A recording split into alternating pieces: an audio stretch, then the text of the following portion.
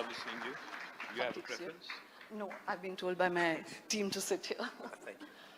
Thank you, Shoma. That was a lovely introduction. Thank you for coming, KTR. Thank you so much.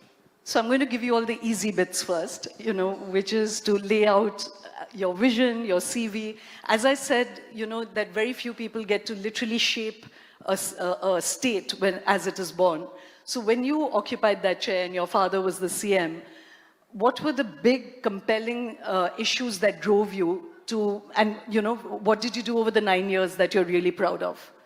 Firstly, thank you. Thank you for hosting this lovely event, and I was blown away when you were speaking so eloquently about Johnny Walker, and then I realized you were talking about water. Well done. When you get a fresh start, it's very, very difficult. It's very, very rare that in life and in politics or any sphere of life, you get a chance to begin afresh without the burden of legacy. So when you do get that opportunity, where you don't have the burden of legacy on you, you can really reorient, rethink, re-strategize, rebrand, and do a lot of things that you would want to do in life. And that's exactly where we began in 2014.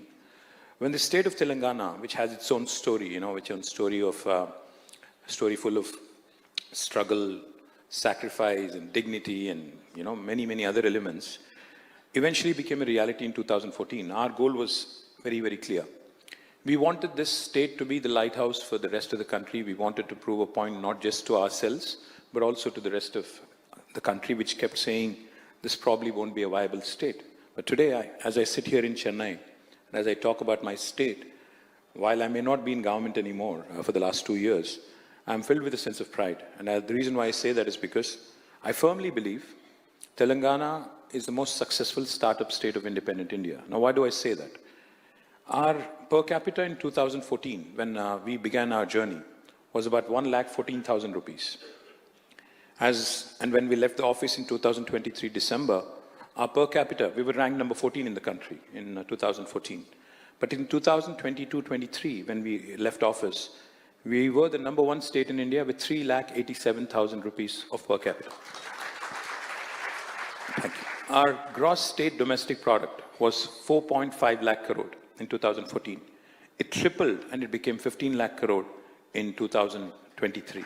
Again, highest growth rate for any state in India. More importantly, I know all of you have phones, all of you all have, are very addicted to social media. So if I may indulge them for a minute, I'd say, please, if you can pull out your phone for a second, maybe just open Google or ChatGPT, just to give you an example of what we've done and how we've benchmarked ourselves.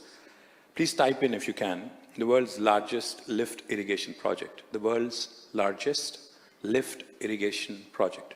I'm not talking India's largest, but the world's largest. Any answers? Anybody? Yeah. I thought these guys would be very, very trigger happy, but... Yeah. Anybody? Yes, sir. But you can be faster than ChatGPT, right? Absolutely, I am faster than ChatGPT. Well, this is a project called Kaleshwaram. It's based in Telangana. It irrigates about 45 lakh acres of land. And this has been a game changer for Telangana's rural economy and agriculture. In fact, we were ranked number 12 in India on agriculture produce. Today, we are ranked number 1, surpassing Punjab and Haryana in paddy production. Now, we've benchmarked ourselves against the best in the world. World's largest innovation campus is in Hyderabad. You can Google that too. World's largest Amazon campus is also in Hyderabad. So our growth has been across sectors. If you look at our rural development model, we have consecutively won 30% of national awards on the National Panchayati Raj Divas. 3% of India's population winning 30% awards. So it's a very unique model. I have to say, you've also been very successful with organic farming, which Sri Lanka was not. Had a disastrous experience with that, but you haven't. Absolutely. So the growth has been all around. The growth has been inclusive. The growth has been multi-sectoral. And as a result, for 9.5 years, despite COVID, despite demonetization, despite a lot of decisions that didn't go very well for us, still we were able to maintain the growth momentum. We actually ended up, giving a run to even Bangalore as Hyderabad. Gave Bangalore a run for their money in terms of creating technology jobs as well. We beat Bangalore 3 quarters in a row, which has never happened in India's history. So I'm very proud of my state and what we've done. But yes, Like you Now, said, here comes the slam question, Yes. right? So I'm going to take you to a national perspective also. But before that, yes, having done all of this, and there isn't dispute that you did it, of course, there's a lot of criticism whether this was evenly distributed, whether it really went down or it didn't, but not for intention and not for vision, people wouldn't critique you at all. But even the fact that you were attempting to do this on a blank slate, why would you lose an election? So what would the introspection and correction lead you to? I tell you what, just to draw a parallel, for those of you who follow politics and for those of you who follow electoral politics.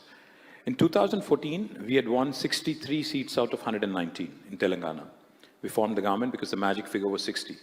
In 2018, we actually went 4 months ahead of our general election. We won 88 out of 119. And in 2023, we won 39 out of 119.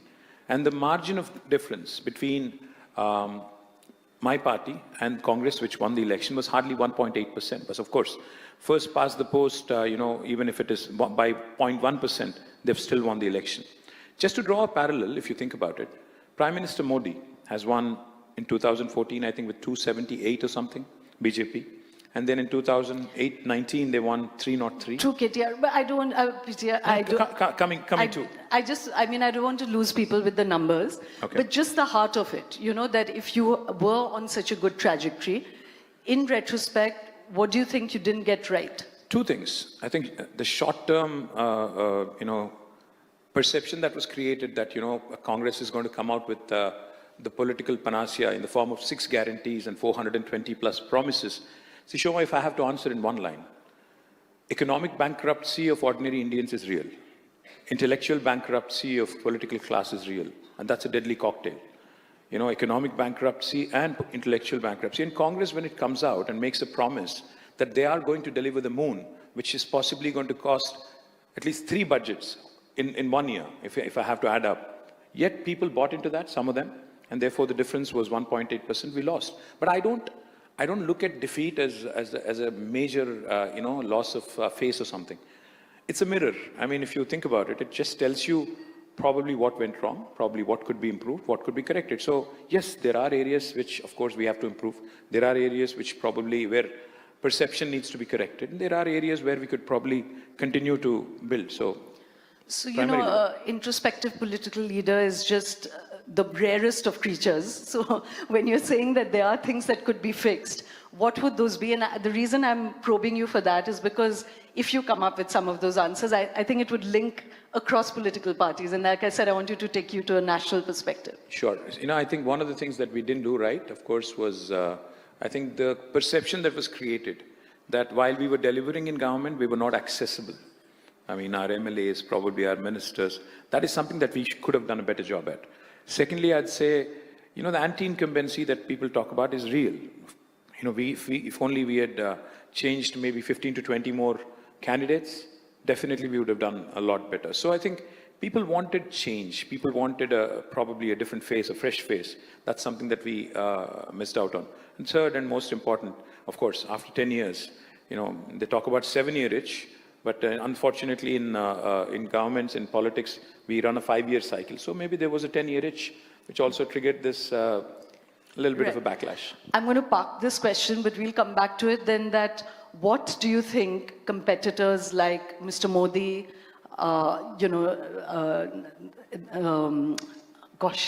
Patnaik, and Nitish also in Bihar, what are they doing that nobody seems to get itchy with them, So, but just for the moment, I'm going to park that question. I want to come back to your party for the moment. That, like I said, that there's been this really modernizing, vision which straddled both technology and rural, realities of Telangana. But the reason that the party has not been able to hold on to power is also a sense that, all the allegations that go to all parties across India now. One, that it's a family fiefdom. Second, that there is, tension between your sister and you, that there's, fractures within the family itself. And so I want to ask you 2 questions. One, that do you think that this is a malaise across Indian politics that actually needs deep thinking now? That you plan succession, you plan how you must, let's even forget the nepotism aspect of it, but just that how can power sharing be done in a correct way? And secondly, is there any way that parties can prevent themselves from falling into, that idea that this is a family fiefdom? Well, tell me something. If it's okay for businesses to have successes from the family, if it's okay for other, professions also to have successes from the family. In fact, if anything, if you ask me, in politics, we are up for scrutiny every 5 years. I'm a 5-term elected MLA, When I am introduced into politics, yes, I was introduced as my father's son. But if I'm not good enough, if I'm not fit enough, if I'm not capable enough, of course, people would throw me out. They have done this in this beautiful country of ours. Indira Gandhi was defeated. NTR was defeated. Several other top leaders have been defeated. So I'm a nobody when compared to them. Now, the second aspect is, of course, I'm not trying to justify how, the means to get into politics. All I'm saying is families, struggles, successions, they happen all over the place. Now, how do you get out of it? I think the only way is communication. The only way is not just communication within, but also outside. And that is something probably that we have not done well enough. Again, going back to what you said about the setback we suffered in 2023. So I have to be candid. I have to confess. Maybe yes, maybe we haven't communicated clearly enough inside and outside. And that's probably one of the reasons as well. Yeah, and this is something that, as I said, cuts across party lines. Like you hear now that the TMC is suffering from it. Akhilesh Yadav's, lost the election because of a family feud within, that it was not consolidated. You've seen that in the Shiv Sena. You're seeing that in your party. So my question really is that if you were, I'm not just personalizing this, but looking at it that this cuts across Indian politics, that is there a way, where this could actually be professionalized? You spoke about companies, but then companies actually plan for succession, where power can be shared, where it's, it's actually done in a professional way. Do you think that there's any scope for that in Indian politics? Honestly, no. I don't think it is going to happen anytime soon. But yes, with lot of professionals that are coming in, especially with strategists like Prashant and others who have come to play a very, very important role in politics and also during our election cycle, there is hope, but I don't see it happening anytime soon because, essentially, end of the day, politics or any business does run from a unitary chain of command. And if the boss, the leader, is somebody who's, able to rally his troops and make sure that he also, is able to inspire confidence among people, only then it works. Otherwise, no matter how professionally you run. For example, if you take a look at two corporate entities, large infra companies. One is L&T, which is run by professionals. Another company is called Mega Engineering, based out of Hyderabad, which is almost, I think, second largest or first largest now. Mega is largely family driven. L&T is professional driven, but both are successful. So I don't think they're mutually exclusive. There are parties which are run by families, by leaders within probably a small coterie, have been successful. DMK is an example in Tamil Nadu, which has been, I think, in government or in opposition for the last 5 decades or more. And likewise, there are parties like others, which I can't name right away, which also have had a professional setup and have been doing well. So I don't think it's a, zero-sum game, end of the day. Okay, I'm going to come back to this because there are many things, but I'm not going to quite drop this topic because it's something that certainly the BJP is able to play up against all other parties, that one, that power goes through the bloodline, and secondly... BJP does it conveniently. When it suits them, they align with Shiv Sena, and they have no problems with their nepotist angle. When it suits them, they align with TDP. When it suits them, they align with anybody, JDS. When they'll align with anybody, and nepotism then goes for a toss. But when it doesn't suit them, of course, they'll play it up and they'll try and, drum up as much support in the media and elsewhere. So it's a very convenient posturing is what I would say. I agree, but the only thing I would say, and we're going to come to the BJP and certainly some of the big issues on which you are critical or which concerns everybody, but would you say that the one thing that they have managed to keep up is that they keep invigorating their cadres because new people are given a chance, So even in the more family-led parties, is it not possible to give a greater range of people really powerful positions? If you go back to even within the Congress, the Nehruvian era, they really had giants across the spectrum, So why is it that it's such a narrow chokehold where people begin to feel suffocated in the family parties? Well, tell me something. You think BJP is run professionally and people are given chances? I don't agree with that at all. In fact, if anything, other than Prime Minister Modi and Home Minister Amit Shah, I don't think anybody has any say in that party anymore. So how are they any different from any other political party in India? I don't think they are different at all. So firstly, I don't agree with the premise. And secondly, yes, I do see a great scope. I do see a great scope for specialists coming in. I do see a great scope for others coming in and also playing an important role. When you look at Tamil Nadu politics, my friend Tyaga, PTR, has done exceptionally well. He's not from the family of the chief minister, but he's done exceptionally well here. Likewise, I'm sure there are many others who've done very well in various parties, including our party. So I don't see it as a broad generalization that BJP has done certain things very well, which others have not been able to. I think most parties are very, very similar if you look closely.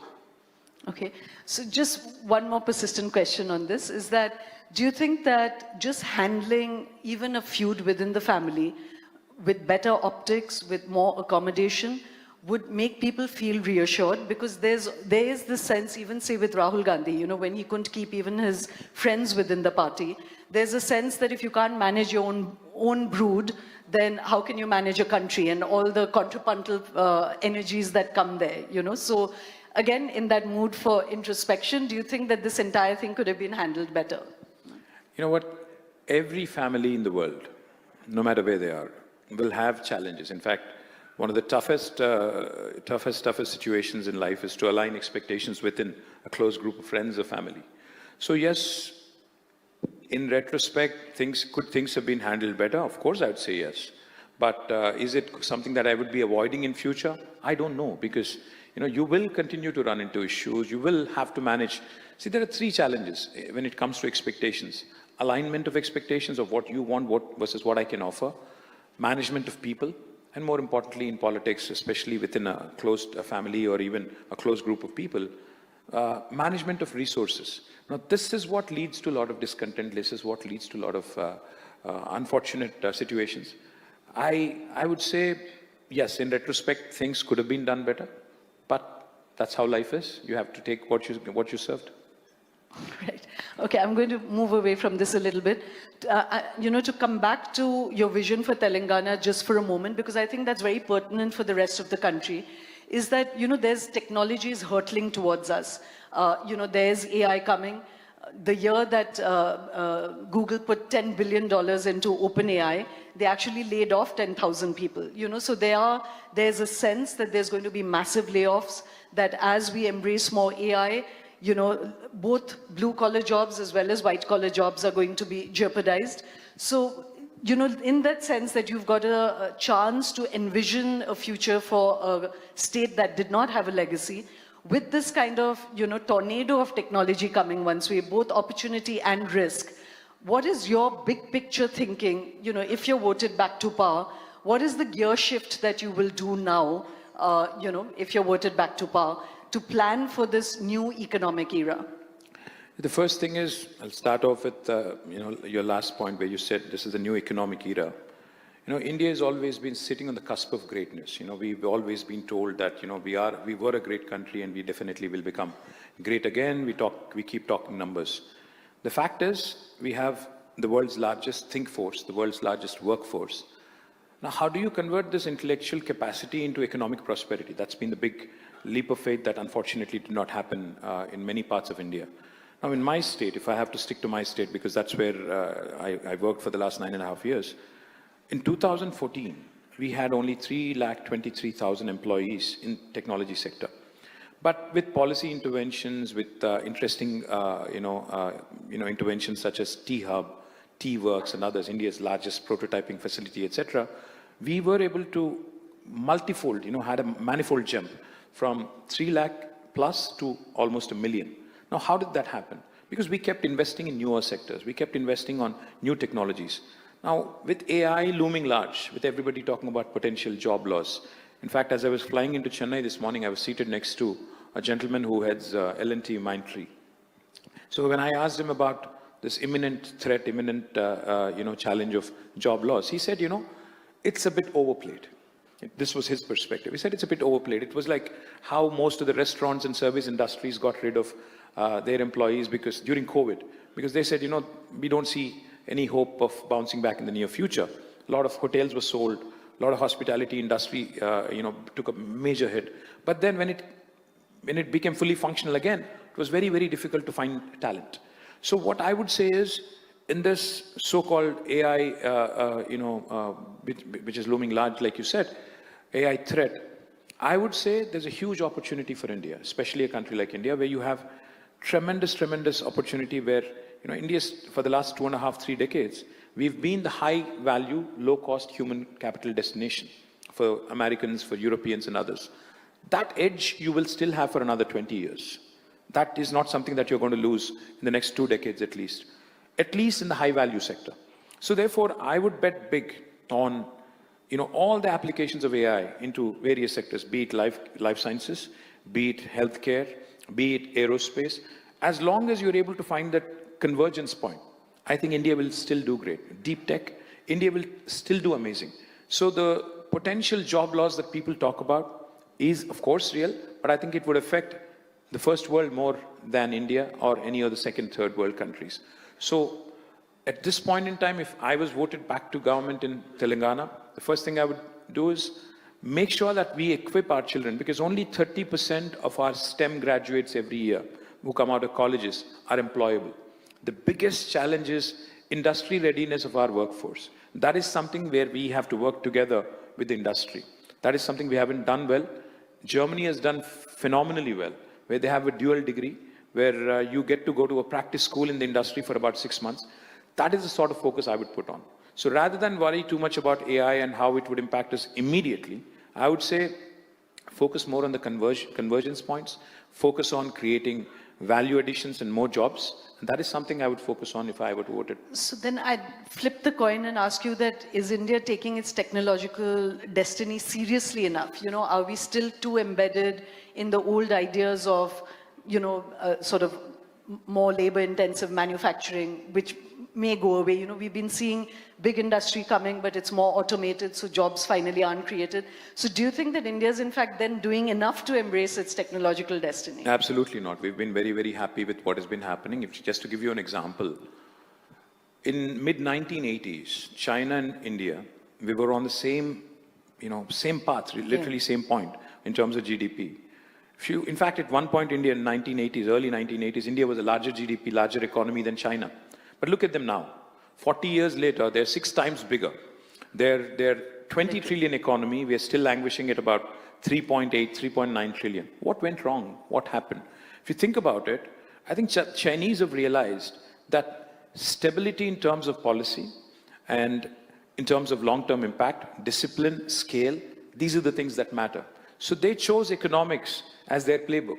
And we chose politics of identity, politics of, various forms as our immediate goal, I guess.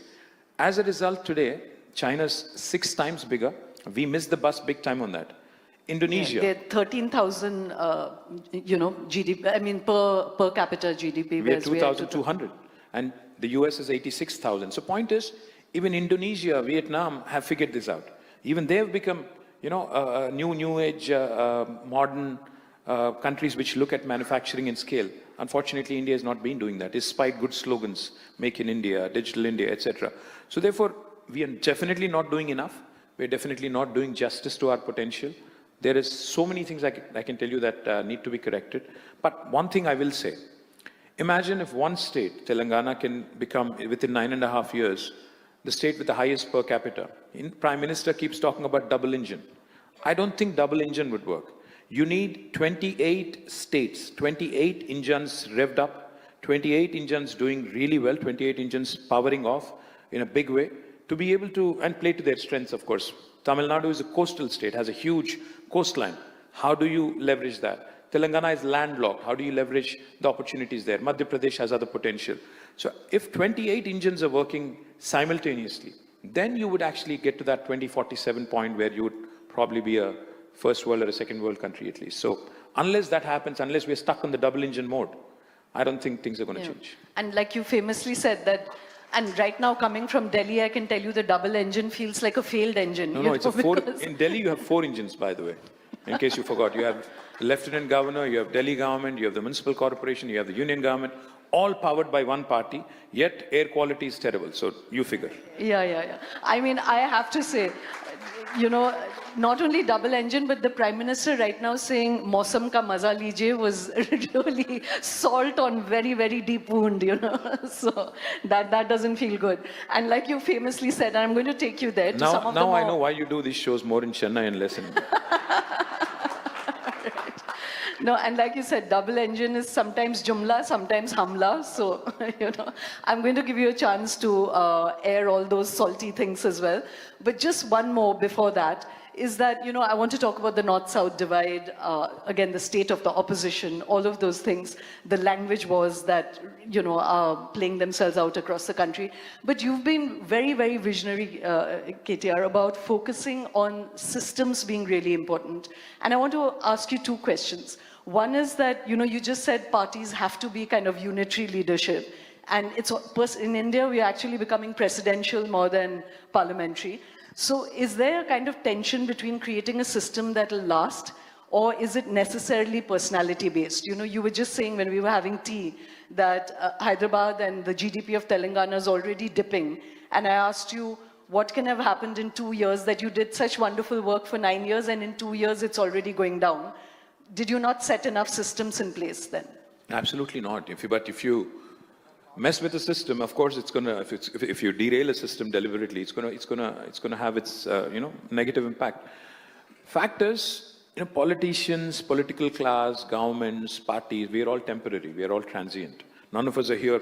See, I am supremely glad that we've been given 9.5 years of opportunity to govern. If I end up thinking that I'm going to be there forever, I'm an idiot. I'm a very greedy idiot at that.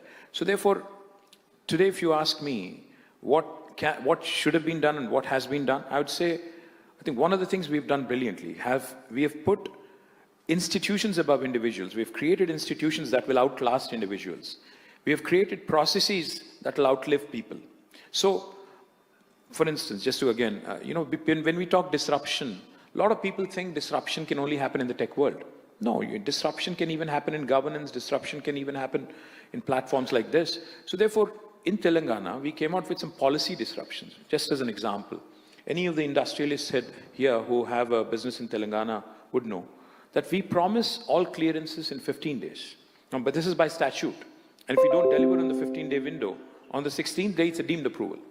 The same bureaucrat who's been a status quoist for the last 7 decades, for him, the paradigm is basically flipped on its head because of this new legislation that came in. If you don't deliver on the 15-day window, on the 16th day, the same bureaucrat can be fined a penalty of rupees 1,000 per day. Now, that is a true systemic disruption that has really changed Telangana's landscape in terms of industrialization. Likewise, we have created many such institutions, we have created many such systems, but of course, any system, any book, any constitution even, is only as good as the person holding it or as good as the person running the country or the state. Can you make a negative impact using the same system? Of course, yes, and that's what is seen in Telangana today. So therefore, I would humbly say that maybe freezing, maybe not allowing the political class to tamper with, not allowing them to poke their nose where it doesn't belong, is something that Indians have to impress upon our lawmakers, impress upon our governments. Like Thomas Paine very, very famously said, Shoma, every patriot's primary responsibility, primary duty, and primary allegiance to the country is to save his country from its government. That is something we all need to agree on, be it the state government here or the central government there. We cannot allow them to mess with it. And that is something I am truly offended by as to what Congress is doing in Telangana. Yeah. You're giving a very easy segue actually to the next session. Not that we are stopping now, but that Arvind and Devesh's thesis is that they've taken a Hippocratic oath that do no harm, even if you don't know how to do some good, do no harm to the economic and political system. But let me now come to the state of the opposition. We're going to have a series of very important elections in Bengal, in Tamil Nadu. There's this... Kerala. Yes, and there's this whole sense that the BJP is really a juggernaut that cannot be beaten. Let's, for a moment, not critique them. I will allow you that. But what is going on with the opposition? Why is the opposition in a state in India where they just can't seem to not only not do good, but also do harm at the same time? Why is it that the Mahagathbandhan doesn't hang together? Why is India become just an acronym? Why are you not making common cause? Even in Parliament right now, there's been all of this discussion about the SIR and the electoral rolls, but the opposition is not even agreed on whether this is a big enough issue to take on the government on or not. What do you think is the biggest problem facing all of you who are in opposition right now? Well, I can't speak as a representative of the opposition because, the fundamental thing with us is we can't sit together and we can't talk together. See, for instance, the lack of unity is the biggest challenge. For instance, I'm fighting Congress in my state and BJP in my state. And then when it comes to union politics or politics in Delhi, we are asked to pick sides. We're asked to pick, whether you want to battle Congress or BJP. Now, my point is, if I'm fighting Congress in the state and BJP in Delhi, I'm still opposition, effectively. But what went wrong, if you ask me, like you said, with respect to BJP and the opposition, I'd say Congress is the largest party today in the opposition. They've failed to enthuse people, they've failed to modernize, they've failed to organize, then they've failed to present a credible alternative nationally. That's beyond doubt. And that is why BJP is getting away without any serious scrutiny. BJP is able to, win election after election because the biggest asset of Prime Minister Modi, if you ask me, is Mr. Rahul Gandhi himself. That is the reality. You can see it. So the point is, unless Congress wakes up from its deep slumber, modernizes, organizes itself, and presents itself in a form that people are able to appreciate, not much is going to change. Yes, there will be regional forces, like Mr. Stalin here or the AIA, DMK, who are able to hold off Congress and BJP in their state in Tamil Nadu. And I really salute the people of Tamil Nadu for basically challenging the central overreach, if you ask me, from both central parties.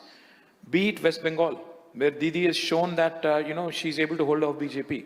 Even in Telangana, we were able to hold off BJP and Congress for 10 years and we lost by a whisker in the last election. So it is the strong regional parties that have been able to hold off, including Kejriwal, who's won 3 terms on the trot. The biggest letdown for this country right now since 1996 or post that has been the Congress party, without a question. Because they're the ones who have not been able to build a coalition. They're the ones who don't seem to get off their high horse, cannot seem to understand that their days... See, look at Bihar. What went wrong? See, in Bihar, Congress is a fringe party. In Tamil Nadu, they're a fringe player. But they do not want to accept the fact. I'm sure we'll talk about how they troubled DMK in April 2026. Because the Congress always wants to bite more than what it can chew. And then eventually it helps the opposition. That's how it works all the time. Having said that, now, what is that glue that can bind us together? See, for instance, if us in Telangana and Stalin in Tamil Nadu and Didi we tried, by the way, my father tried very, very hard to stitch up a credible third front or a federal front, as he called it. But what we realized is there isn't anything that's binding us together other than probably a little bit of, not animosity, but probably a little bit of a common enemy kind of a factor. That is not something that is going to work in long term. So that is the biggest challenge with India. Our diversity sometimes also ends up being our challenge. So I'd say that's the biggest problem with opposition today. So, but then that's the big question that, like you said, that the common enemy with a lot of these parties is the BJP. And I'll ask you to enumerate what about them makes them an enemy. But the other question, and very, very crucially attached to that, is that what is the alternate vision? You're saying the Congress doesn't have a vision. But let's assume that you were in Rahul Gandhi's place today. What is it that you would do which actually presents an alternative vision for India economically, imaginatively, politically, that is radically different from what the BJP is doing? See, caste is not the answer to the religion, vertical that BJP has latched onto. Unfortunately, Rahul Gandhi has been advised by his advisors, I guess, that, to beat BJP at its own game, which basically is polarization in the name of religion, you have to latch onto caste. And that's why he keeps talking about caste census and how jitna abadi, utna hak, etc., Somehow it has gotten into his system that this is the answer. That's not. See, like I said, Prime Minister Nehru, the first Prime Minister of India, today is remembered for building institutions like IITs and IIMs.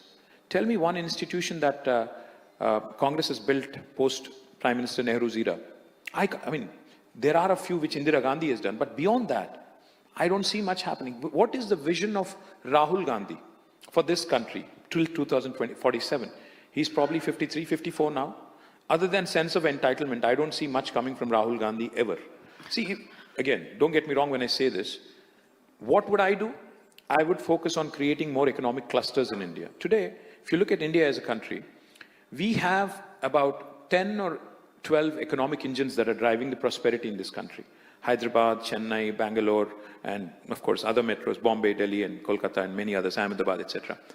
Have we ever seen Rahul Gandhi present a vision of how this economic prosperity can be converted into jobs, how these economic clusters can focus each of them on a separate sector, and how our institutions, the world-class institutions that we do have, the IITs, the IIMs, and even the universities, how we can scale them up and really convert this knowledge into prosperity, the young think force which has global aspirations today.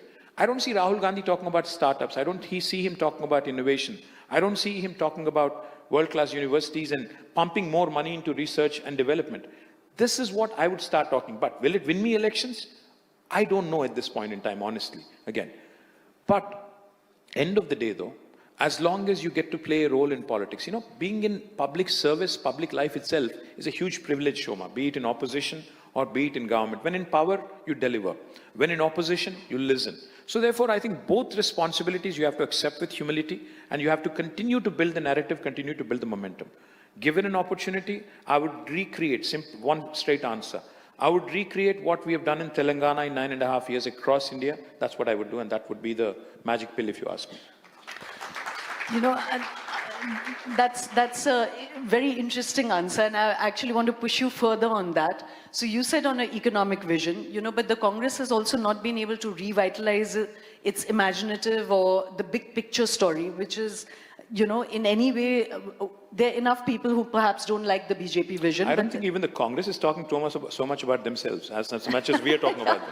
But you just placed them as the nodal, I was trying to bring you... Unfortunate, but that's the reality. They are this albatross which keeps hanging around India's opposition's neck. We can't seem to get rid of them. But at the same time, they have become an unfortunate indispensability for this country. And I think, if you ask me, state after state, if Congress is thrown out, I think that would offer a lot of strong regional forces which will truly come in onto their own and start offering credible alternative to BJP. So then let me ask you, how do you see the future of India panning out? Do you see the BJP running all the way down to the south? Or do you see more federal forces coming up, like you're saying? Do you see the Congress atrophying? Now that you're having a chance to listen and to reflect, what do you see going forward? I don't think BJP is going to be able to make a huge inroad into South. While they've had their opportunity in Karnataka, they've lost it. I don't see them bouncing back in the South, at least. I think we have a lot of, political parties which are extremely aligned and extremely, hands-on with respect to local aspirations and local, demands in the South. Be it, the Dravidian parties in Tamil Nadu, or be it us in Telangana. In Andhra, we have YSRCP and TDP and Janasena. So likewise, in Karnataka also we have regional parties. So therefore, in South, I don't see a great deal happening for BJP. But I do sense a certain element of despondency that's also creeping in the BJP system as well, because they've just lost 37 parliament seats in Uttar Pradesh. That must have given them a scare. They must be worried. So they will start looking at newer areas, Bengal, Tamil Nadu, which are all going up for elections next year. So what I do hope, in 2024, people of India gave BJP a scare.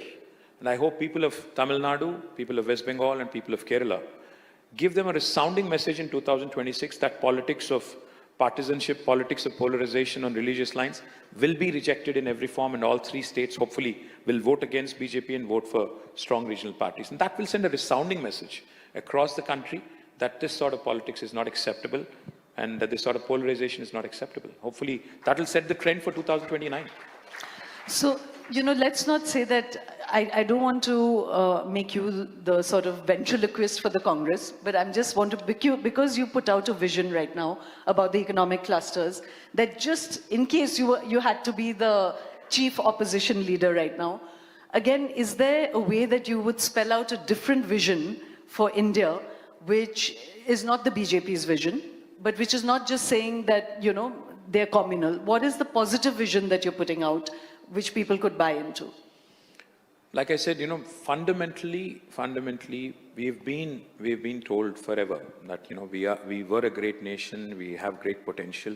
Unfortunately, if we don't translate that potential into reality, if we don't translate that, great opportunity into reality, we're doing grave injustice, not just to ourselves, but future generations as well. So the one thing I would do differently, if given an opportunity as chief opposition, there is 70,000 TMCs of water in India today, running across our rivers, in the Gangetic Plains, in Yamuna, in Kaveri, in Krishna, Godavari. The first thing I would do is create a master plan for India in terms of how this 70,000 TMCs of water can be leveraged for the 40 crore acres of arable land in India, and how, in a meaningful fashion, in less than 3 or 4 years, within a 5-year span, how each of these infrastructure projects can create manifold wealth for our farmers. That's the first thing I present. Secondly, I do a potable drinking water connection into every home has become a reality in Telangana. No other state in India so far has delivered on that promise. I would promise within 3 to 4 years, a potable drinking water connection to each and every home. Our urban agglomerations, such as Chennai and Hyderabad, have the humongous potential to create economic prosperity for millions and millions of people. I would invest heavily in public transportation, public health, public education, and create an agenda, basically, which will not only add infrastructure, but also create great deal of, economic prosperity and millions of jobs. Lastly, I would say, that famous John F. Kennedy saying, which goes, a lot of people think America has great infrastructure because it has good, it is rich. But it's in fact the exact opposite. America is rich because it has great infrastructure. There is no substitutes. Today, just to give you an example, Shoma, Canadian Pension Fund is investing heavily in India. The Life Insurance Corporation of India has almost, my friend Tyaga was here somewhere, I think has more than 50 lakh crores of deposits sitting somewhere in the bank. A Canadian Pension Fund is being invested into infrastructure, public transport, metros, etc. in India. But Indian pensioners' money is laying eggs in our banks here. Why are we not able to judiciously use what is at our disposal? Not only our pension funds, but several other humongous assets which are heavily underleveraged. India needs bold, future-ready, progressive politics of development. Development has to become a policy, not an election season politics. So if you were to ask me, I would lay out my agriculture agenda, my energy agenda, my urban agenda, my rural agenda, and probably go to each and every sector, hold town halls in each and every large metro, small metro, and probably try and deliver as much as I can in terms of premise and promise. Thank you so much.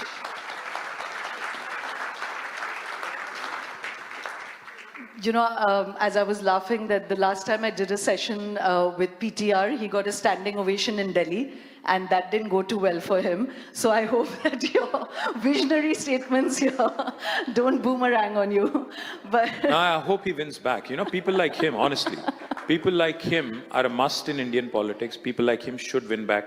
And it should not look like, because see, it should not look like somebody who's got that intellectual capacity cannot come back electorally. And that would really be a huge setback. So I do hope any of you voters from Madurai here, I don't know, I'm rooting for PTR there, Tyaga there, is a dear friend of mine. So I do hope he'll win back and come back. Yeah. Yes. Just because we have you here, we're, like you said, people say that they don't like political leaders and they don't like politicians, but I'm not one of those. Actually, I think it's the toughest job on the planet. And I want to ask you for a personal sort of insight that, what is the most difficult thing about being a political leader? Can I be blunt? I'm sure we're being recorded, and I'm sure this is going to go out social media and I'll be trolled heavily. Biggest challenge, unfortunately, in India is to put up with our mediocre bureaucracy. They're extremely status quoist, they're resistant to change, and they live and thrive in ambivalence and ambiguity. And to change them, biggest challenge. The problem is ever since License Raj, for those of you who remember License Raj, they're used to sitting in ivory towers, our bureaucrats, and people going and begging and pleading with them. Now, if you tell them to work differently and change differently and start thinking differently, they're heavily resistant. And the biggest challenge is they look at us politicians who are elected as people who are only elected for 5 years. So, in his mind, the bureaucrat is thinking, okay, this guy is only here for 5 years, I'm here for 50 years. So why should I listen to him? The fact is, in a democracy, it is the dog that should wag the tail and not the tail wagging the dog. This is something I absolutely believe is the biggest challenge. And second biggest challenge in politics today, this is going to go horribly wrong, but I'm going to still say it. Our judiciary. Is? Judiciary. We have 5 million pending cases. And look at what they are taking up. There is no expeditious justice delivery system in India. We keep talking about ease of doing business, ease of entry into the country, ease of entry into a state. But then there should also be an ease of exit, if there is a problem. Judiciary should come to your rescue. Dispute redressal mechanism should be there. That doesn't exist in our country. So therefore, these are the two biggest challenges, if you ask me. And of course, putting up with, like I said, mediocrity among bureaucracy really tops the charts. So just one last, I would say almost hard question, is that another political leader once told me that for him, the most difficult thing was that he said, once you're in the seat of power, you're surrounded by so many sort of rent seekers that they almost make it natural for you to be corrupt, that it's just not possible. Like you almost lose your perspective and your radar on what is corrupt and what is not. So have you found it difficult to keep your radar on what is political corruption, what is personal corruption? And sadly, you spoke of the Kaleshwaram Dam as a point of pride. You asked everyone to Google it. But there's CBI cases against your party and you and your father over that very particular dam on corruption, So again, both at a philosophical level and on this particular case. No, I'll probably start with the Kaleshwaram one first, We'll talk philosophy later. See, I'll tell you what. The funniest part is this. So this project, Kaleshwaram, like I said, is a project which irrigates 45 lakh acres. We completed it in 4 years, a record breakneck speed. Every project in India takes decades. We completed it in 4 years, in and out. Now, Congress party comes in, including the big man, Rahul Gandhi himself, comes in and starts accusing us of a 1 lakh crore scam. The entire amount of money that was spent on building this project was 92,000 crores. But Rahul Gandhi comes in and sets the narrative that this is a 1 lakh crore scam. I know that he's poor at many things, but I did not think math was one of them. Now, the problem is, somehow the narrative sticks. In India, the thing is, when you're accused, see, in all fairness to them, the BJP brought them down by saying the telecom scam was a 1 lakh crore scam. And Kapil Sibal said it was a zero crore scam, So that stayed in their minds as a good political weapon. Shoma, all I would say is, end of the day, we're all, Indians. We love our country. We may not love government of India, but we love our country. We love India. But when we have people like Rahul Gandhi, who's supposed to be, or who's a wannabe prime minister, who belongs to this family which has had 4 prime ministers in the country, before he speaks, he should double check, he should cross check, and he should be a leader, not a reader. He can't read scripts. Somebody gives him a script, he reads out. That's irritating, firstly. And second point is, yes, have you had temptations? Have you had, the challenge? Whether I accept it or not, when I went to meet the Chief Election Commissioner and his 2 other election commissioners recently, 2-3 months ago, when SIR in Bihar was being talked about, we are the first party in India to reach out and basically call it a farce. So when I went to him, and this was a closed door meeting, I did tell him, I said, not a single MLA, not a single MP in this country is elected within the mandatory expenditure limit that you have set. Do you know that? He said, yes. In a closed door meeting, I would say yes. The fact is, any political party which is going in for an election has to spend money. The limits today, as prescribed by Election Commission of India, are unrealistic. I would not say more than that, otherwise cases would be filed on me tomorrow. So it is a fundamental reality in India. Like I said, economic bankruptcy of our people, intellectual bankruptcy of political class is a reality. It's a deadly cocktail. Am I above it? No, certainly not. I am one among them. We are riding a tiger. Unfortunately, it's a vicious cycle. We are riding a tiger. Riding a tiger. Riding a tiger because, it's a vicious cycle. For a politician, who's out of government, out of power, the fundamental objective is to come back, to crawl back. Now, how do I do that? Come out with ridiculous allegations like 1 lakh crore on a 92,000 crore project. So, am I above the pettiness of what politics has become? Not really. But at the end of the day, though, I think if you ask me, am I still willing to work with Congress or BJP on larger national issues or state issues? Of course, yes. So I think we have to start drawing lines. We have to start understanding the realities of politics. Have I been above and beyond the temptations of being in power? No, I will be honest. So therefore, yes, we have run elections. That's the way BJP and Congress has been running it, just the way DMK, Anna DMK has been running it, like any other political party in India. And I will not say that I'm running a mutt, sannyas ashram or something. We are running a political party and we have to be aligned with realities. We have certainly not been above, any other party in terms of what happens in elections. But I can tell you with great deal of confidence and authority that we've been able to make an indelible impression, a very emphatic, impression on my state. And it is now the Congress which is running the show. And I hope they continue to do the good work. That's all I hope. Well, thank you very much, KTR. That was a very big and honest admission to make. But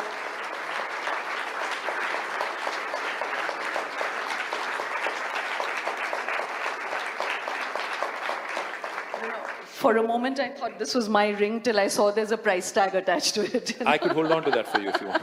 I'm a politician, remember? So, yeah, but thank you very much. And just absolutely last question, which I wanted you to do in one line. Because, we've been sort of speaking about Rahul Gandhi and the Congress, and we're still on this topic? No. I was saying it's a strange situation where, you dump more on the opposition, even more than the government or the ruling party. But you said earlier that there were many things that, you make the BJP a common enemy. So if you were to list 2 or 3 things that you dislike about them, but at the same time, and I had asked you that question in the beginning, what are they doing right that makes them win election after election? I think that analysis would be very interesting. Well, the first and foremost thing is BJP has let down this country in the last 10 years, without a question, because, they made tall promises. Remember, all the promises now, at least reminding them of the promises now, even that seems like, an anti-national thing to do, so to speak. Because if I remind somebody that Prime Minister Modi promised every Indian a home by 2022 and it has not happened, I will be called an anti-national. If I remind my friends from BJP or even anybody else that Prime Minister Modi promised a 5 trillion economy by 2022, that did not happen, I'll be branded as anti-national. If I remind my BJP friends that, portable drinking water connection to each and every home did not happen, the 5 trillion economy, the farmers' income doubling, etc., none of these have been delivered. What did they deliver in the last 10 years or 11 years, so to speak?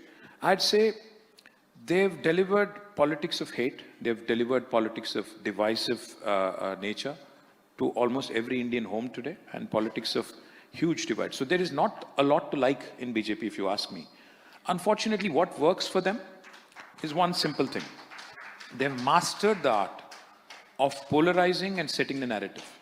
And unfortunately, we as opposition have not been able to counter it productively and effectively.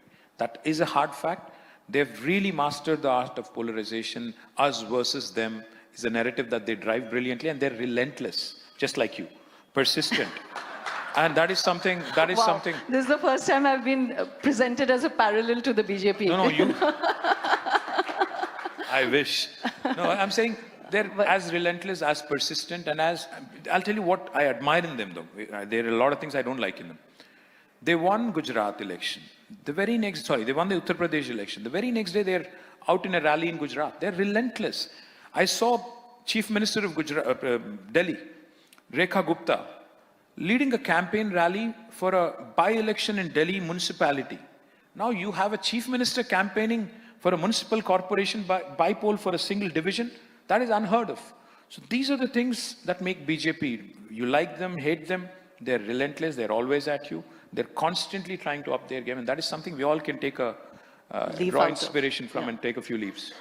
In all fairness, yes, their endeavor is incredible, but I also want to say that if there was another, sort of ally of the BJP on stage, they would have trotted out a lot of numbers as well I on don't what think they've done and not done. So they I will just tell want to you- put that They on. will tell you only three things. They'll talk about Pakistan, they'll talk about Bangladesh, they'll talk about Hindus and Muslims. Beyond that it is beyond their comprehension. Trust me when I say this. Okay. Since you're the person on stage, I'm going to give you an easy ticket on that. But they would have brought up some economic figures as well. But for the moment, I'm going to park that because I'm going to invite the economists on stage.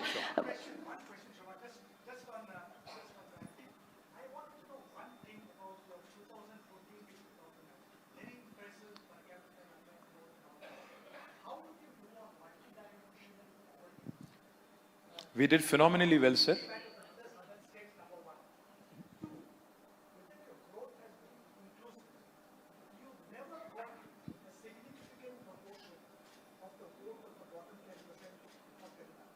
Just for those who couldn't hear, the question was, has the growth they created, was it inclusive? Because they've never got the bottom 10% vote in Telangana. I'm not quite sure I understand the bottom 10% question, but I'll tell you one thing.